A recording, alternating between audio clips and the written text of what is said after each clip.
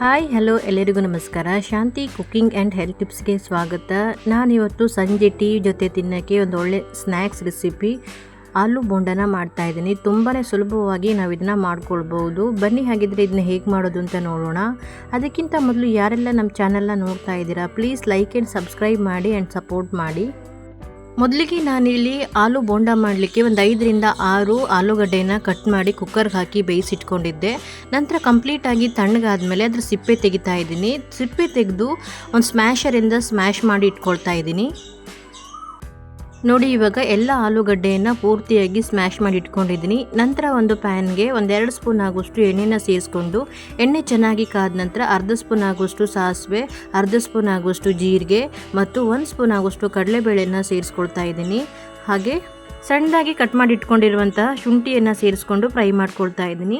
ನಂತರ ಇದಕ್ಕೆ ಸಣ್ಣದಾಗಿ ಹಚ್ಚಿಟ್ಕೊಂಡಿರುವಂತಹ ಹಸಿಮೆಣಸು ಮತ್ತು ಕರಿಬೇವನ್ನು ಸೇರಿಸ್ಕೊಂಡು ಹಾಗೆ 1 ಈರುಳ್ಳಿನ ನಾನಿಲ್ಲಿ ಸಣ್ಣದಾಗಿ ಕಟ್ ಮಾಡಿ ಇಟ್ಕೊಂಡಿದ್ದೀನಿ, ಅದನ್ನು ಸಹಿತ ಸೇರಿಸ್ಕೊಳ್ತಾ ಇದ್ದೀನಿ. ನಂತರ 1/4 ಸ್ಪೂನ್ ಆಗುವಷ್ಟು ಅರಿಶಿನ ಪೌಡರ್ ಮತ್ತು ರುಚಿಗೆ ಬೇಕಾದಷ್ಟು ಉಪ್ಪನ್ನು ಸೇರಿಸ್ಕೊಂಡು ಇದನ್ನು ಚೆನ್ನಾಗಿ ಫ್ರೈ ಮಾಡ್ಕೊಳ್ತಾ ಇದ್ದೀನಿ. ಈರುಳ್ಳಿ ಎಲ್ಲ ಫ್ರೈ ಆಗಬೇಕು, ಅಲ್ಲಿವರೆಗೂ ಇದನ್ನು ಚೆನ್ನಾಗಿ ಫ್ರೈ ಮಾಡ್ಕೊಳ್ಬೇಕು. ಸಂಜೆ ಟೀ ಜೊತೆಗೆ ಏನಾದರೂ ತಿನ್ನಬೇಕು ಅಂತ ಅಂದವಾಗ ನಾವು ತುಂಬಾ ಸುಲಭವಾಗಿ ಮತ್ತು ಬೇಗನೆ ಆಲೂ ಬೋಂಡನ ಮಾಡ್ಕೊಳ್ಬೋದು. ಈರುಳ್ಳಿ ಎಲ್ಲ ಚೆನ್ನಾಗಿ ಫ್ರೈ ಆದ ನಂತರ ಬೇಯಿಸಿ ಸ್ಮ್ಯಾಶ್ ಮಾಡಿ ಇಟ್ಕೊಂಡಿರುವಂತಹ ಆಲೂಗಡ್ಡೆಯನ್ನು ಸೇರಿಸ್ಕೊಳ್ತಾ ಇದ್ದೀನಿ. ಒಗ್ಗರಣೆ ಜೊತೆ ಚೆನ್ನಾಗಿ ಹೊಂದ್ಕೊಳ್ಳುವಾಗೆ ಇವಾಗ ಇದನ್ನು ನಿಧಾನಕ್ಕೆ ಮಿಕ್ಸ್ ಮಾಡ್ಕೊಳ್ಬೇಕು.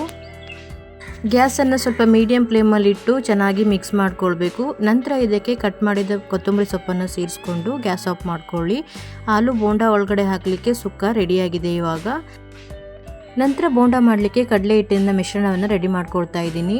2 ಕಪ್ ಆಗುವಷ್ಟು ಕಡಲೆ ಹಿಟ್ಟನ್ನು ತಗೊಂಡಿದ್ದೀನಿ. ನಂತರ ಇದಕ್ಕೆ 1/4 ಸ್ಪೂನ್ ಆಗುವಷ್ಟು ಅರಿಶಿನ ಪೌಡರ್ ಮತ್ತು 1 ಸ್ಪೂನ್ ಆಗುವಷ್ಟು ಅಚ್ಚ ಖಾರದ ಪುಡಿ ಹಾಗೂ ರುಚಿಗೆ ಬೇಕಾದಷ್ಟು ಉಪ್ಪು ಮತ್ತು 1/4 ಸ್ಪೂನ್ ಆಗುವಷ್ಟು ಓಂ ಕಾಳನ್ನು ಈ ರೀತಿ ಕೈಯಲ್ಲಿ ಸ್ಮ್ಯಾಶ್ ಮಾಡಿಬಿಟ್ಟು ಸೇರಿಸ್ಕೊಳ್ತಾ ಇದ್ದೀನಿ. ನಂತರ ಸ್ವಲ್ಪನೇ ನೀರನ್ನು ಸೇರಿಸ್ಕೊಂಡು ನಿಧಾನಕ್ಕೆ ಇದನ್ನು ಮಿಕ್ಸ್ ಮಾಡ್ಕೊಳ್ಬೇಕು. ಹಿಟ್ಟನ್ನು ಕಲಿಸ್ಕೊಳ್ಳುವಾಗ ಒಟ್ಟಿಗೆ ಒಂದೇ ಸಲಕ್ಕೆ ನೀರನ್ನು ಸೇರಿಸ್ಕೊಳ್ಬಾರ್ದು, ಸ್ವಲ್ಪನೇ ನೀರನ್ನು ಸೇರಿಸ್ಕೊಂಡು ಒಂಚೂರು ಗಂಟಿಲ್ದಿರೋ ಹಾಗೆ ಕಡಲೆ ಹಿಟ್ಟಿನ ಮಿಶ್ರಣವನ್ನು ರೆಡಿ ಮಾಡ್ಕೊಳ್ಬೇಕು. ನೋಡಿ, ಇವಾಗ ಕಡಲೆ ಹಿಟ್ಟಿನ ಮಿಶ್ರಣ ರೆಡಿಯಾಗಿದೆ. ಒಂದು ಸ್ವಲ್ಪನೂ ಗಂಟಿಲ್ಲದೆ ಪೂರ್ತಿಯಾಗಿ ಮಿಕ್ಸ್ ಮಾಡಿ ಇಟ್ಕೊಂಡಿದ್ದೀನಿ. ಹಿಟ್ಟು ತುಂಬ ತೆಳುವಾಗೂ ಇರಬಾರ್ದು, ತುಂಬ ದಪ್ಪವಾಗೂ ಇರಬಾರ್ದು, ಈ ರೀತಿಯಾಗಿ ಮೀಡಿಯಂ ಕನ್ಸಿಸ್ಟೆನ್ಸಿಯಲ್ಲಿ ಇದ್ದರೆ ಸಾಕು. ನಂತರ ಮಾಡಿಟ್ಕೊಂಡಿರುವಂತಹ ಆಲೂ ಸುಕ್ಕ ಕಂಪ್ಲೀಟಾಗಿ ತಣ್ಣಗಾದ ನಂತರ ಈ ರೀತಿಯಾಗಿ ಉಂಡೆ ಮಾಡಿಟ್ಕೊಳ್ತಾ ಇದ್ದೀನಿ. ನಿಮ್ಗೆ ಯಾವ ಸೈಜ್ ಬೇಕೋ ಆ ಸೈಜಲ್ಲಿ ಉಂಡೆ ಮಾಡಿಟ್ಕೊಳ್ಬೇಕು. ಎಲ್ಲ ಆಲೂ ಸುಕ್ಕನೂ ಪೂರ್ತಿಯಾಗಿ ಉಂಡೆ ಮಾಡ್ಕೊಂಡ ನಂತರ ಮಾಡಿಟ್ಕೊಂಡಿರುವಂತಹ ಕಡಲೆ ಹಿಟ್ಟಿಗೆ ಒಂದೊಂದೇ ಆಲೂ ಉಂಡೆನ ಸೇರಿಸ್ಕೊಂಡು ಮೇಲ್ಗಡೆಯಿಂದ ಹೀಗೆ ಕಡಲೆ ಹಿಟ್ಟನ್ನು ಹಚ್ಕೊಳ್ಬೇಕು. ಆದಷ್ಟು ನಾವು ಕಡಲೆ ಹಿಟ್ಟನ್ನು ಕಲಿಸ್ಕೊಳ್ಳುವಾಗ ಸ್ವಲ್ಪ ದಪ್ಪನೇ ಕಲಿಸ್ಕೊಳ್ಬೇಕು. ಯಾಕಂತಂದರೆ ಆಲೂ ಉಂಡೆನ ನಾವು ಕಡಲೆ ಹಿಟ್ಟಿಗೆ ಸೇರಿಸ್ಕೊಂಡಾಗ ಕಡಲೆ ಹಿಟ್ಟೆಲ್ಲ ಸ್ವಲ್ಪ ದಪ್ಪಕ್ಕೆ ಹೀರ್ಕೊಳ್ಬೇಕು, ಅದಕ್ಕೋಸ್ಕರ. ಈ ಕಡೆ ಬೋಂಡ ಮಾಡಲಿಕ್ಕೆ ಎಣ್ಣೆ ಕಾಯಕ್ಕೆ ಇಟ್ಟಿದ್ದೆ. ಎಣ್ಣೆ ಚೆನ್ನಾಗಿ ಕಾದ ನಂತರ ಮಾಡಿಟ್ಕೊಂಡಿರುವಂತಹ ಆಲೂ ಬೋಂಡನ ನಿಧಾನಕ್ಕೆ ಸೇರಿಸ್ಕೊಳ್ತಾ ಇದ್ದೀನಿ ಒಂದೊಂದೇ ಆಗಿ.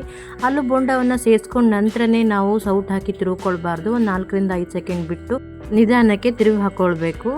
ಸಾಮಾನ್ಯವಾಗಿ ಹೋಟೆಲ್ಗೆ ಹೋದವಾಗ ನಾವು ಆಲೂ ಬೋಂಡನ ತಿಂತಾನೆ ಇರ್ತೀವಿ. ಅದೇ ರೀತಿಯಾಗಿ ಮನೆಯಲ್ಲಿಯೇ ತುಂಬಾ ಸುಲಭವಾಗಿ ಮತ್ತು ಬೇಗನೆ ನಾವು ಇದನ್ನು ಮಾಡ್ಕೊಳ್ಬೋದು. ಮಕ್ಕಳಿಗಂತೂ ಮಾಡಿಕೊಟ್ರೆ ತುಂಬಾ ಇಷ್ಟಪಟ್ಟು ತಿಂತಾರೆ.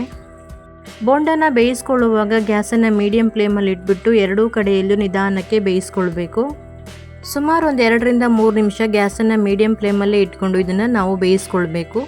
ಗ್ಯಾಸನ್ನು ಹೈ ಫ್ಲೇಮಲ್ಲಿ ಇಟ್ಟು ಬೇಯಿಸ್ಕೊಳ್ಳೋಕೆ ಹೋಗಬಾರ್ದು, ಯಾಕಂತಂದರೆ ಒಂದೇ ಸಲಕ್ಕೆ ಕಲರ್ ಚೇಂಜ್ ಆಗಿಬಿಡುತ್ತೆ, ಅದಕ್ಕೋಸ್ಕರ. ಹಾಗೆ ಸರಿಯಾಗಿ ಮಧ್ಯದಲ್ಲಿ ಬೆಂದಿರಲ್ಲ. 2 ಕಡೆಯಲ್ಲೂ ಚೆನ್ನಾಗಿ ಬೇಯಿಸ್ಕೊಂಡ ನಂತರ ನಿಧಾನಕ್ಕೆ ಗೋಲ್ಡನ್ ಕಲರ್ಗೆ ಬಂದ ನಂತರ ನಾನು ಇದನ್ನು ಎಣ್ಣೆಯಿಂದ ಹೊರ ತೆಗಿತಾ ಇದ್ದೀನಿ. ನೋಡಿ, ಇವಾಗ ಬಿಸಿಯಾದ ಮೈಸೂರು ಆಲೂ ಬೋಂಡ ರೆಡಿಯಾಗಿದೆ.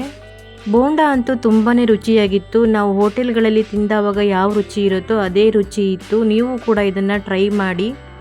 ಹಾಗೆ ನಾನು ಮಾಡಿರೋ ಈ ಆಲೂ ಬೋಂಡ ರೆಸಿಪಿ ನಿಮಗೆ ಇಷ್ಟ ಆದರೆ ಈ ವಿಡಿಯೋನ ನಿಮ್ಮ ಫ್ಯಾಮಿಲಿ ಆ್ಯಂಡ್ ಫ್ರೆಂಡ್ಸ್ಗೂ ಶೇರ್ ಮಾಡಿ.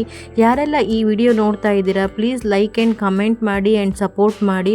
ಹಾಗೆ ಹೊಸದಾಗಿ ಯಾರೆಲ್ಲ ನಮ್ಮ ಚಾನಲ್ನ ನೋಡ್ತಾ ಇದ್ದೀರಾ ಪ್ಲೀಸ್ ಲೈಕ್ ಆ್ಯಂಡ್ ಸಬ್ಸ್ಕ್ರೈಬ್ ಮಾಡಿ ಆ್ಯಂಡ್ ಸಪೋರ್ಟ್ ಮಾಡಿ. ಬಾಯ್, ಹ್ಯಾಪಿ ಕುಕ್ಕಿಂಗ್. ಮತ್ತೆ ಸಿಗೋಣ ಹೊಸ ರೆಸಿಪಿಯೊಂದಿಗೆ.